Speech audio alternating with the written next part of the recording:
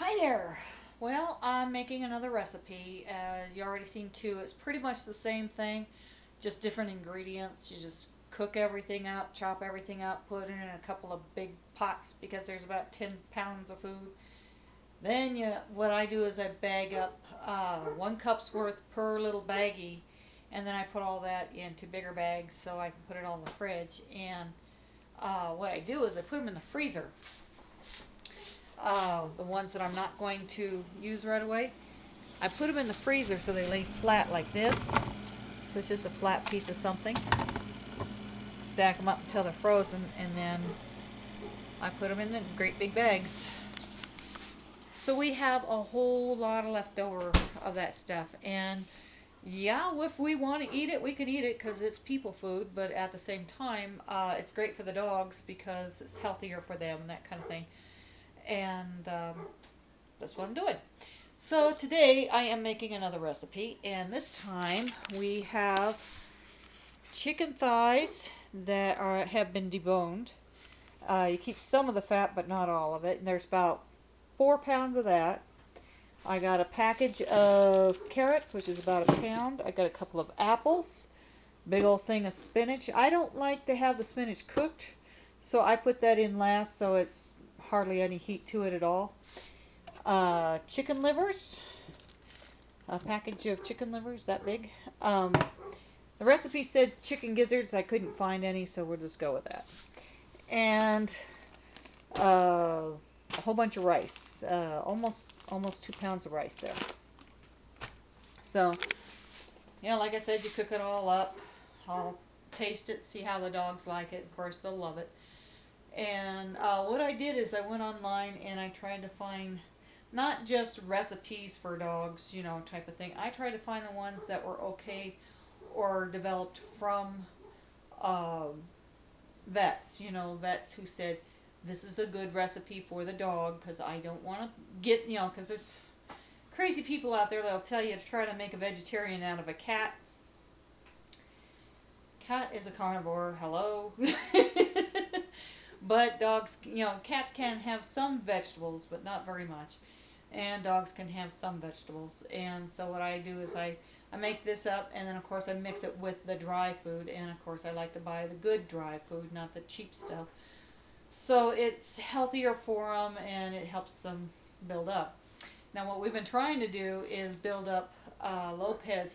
When he came to us, we couldn't get him to eat or anything, and he was getting dangerously skinny. I mean, you can see his ribs, and we couldn't get him to eat, and it was scaring the life out of me. And so I came across these and been trying them. He eats like a pig. Now what's funny is I'm giving him twice the food as I'm giving Jack. Now they're about 10 pounds apart. They're both big dogs.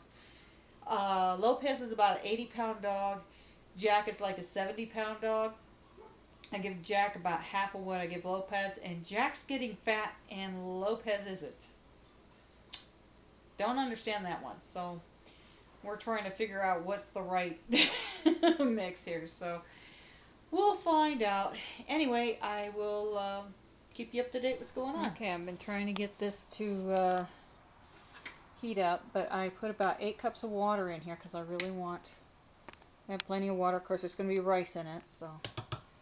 And I'm chopping up the chicken really fine so that the puppies will have proper bite sizes, and somebody's going to wait patiently for hours while I cook. Well, I found out dealing with chicken livers is a messy job.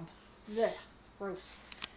Anyway, so now I'm cutting up the carrots, and I started the water to boil. Now the reason why I use this thing, granted it's not going to keep the rice out, from getting through, but it makes it clean up a little bit easier, and transporting it from point A to point B is easier. So, and we got that boiling. So, that's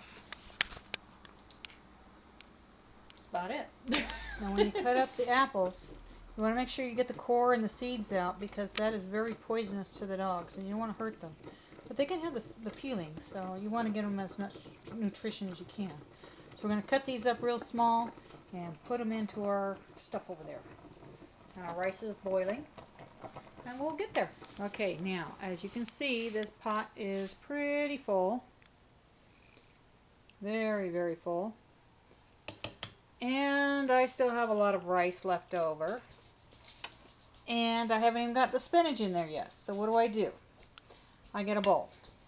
I take a couple of scoops like that. Take some rice. Throw that in there. Mix that up a little bit. Handful of spinach. And I do that until it's pretty even on the mixed. And that way it works out pretty good. Now, whether or not these dogs are going to like it, let's see what we got here. How about a piece of apple? See the apple? See the puppy? He thinks that's pretty good. Hey, Lopez, you want a piece of apple? That's pretty good stuff, huh? So they will eat apples and carrots and whatever else you put in there. Well, let's try this.